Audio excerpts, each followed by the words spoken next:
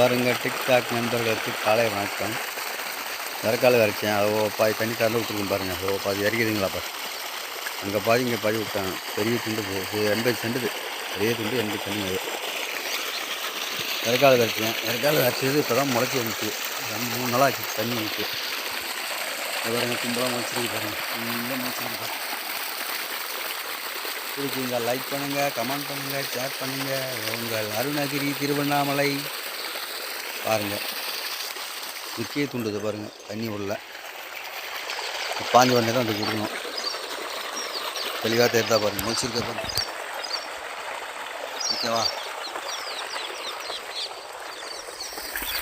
பாருங்கள். ஃபுல்லாக முளைச்சிருக்கு பாருங்கள்.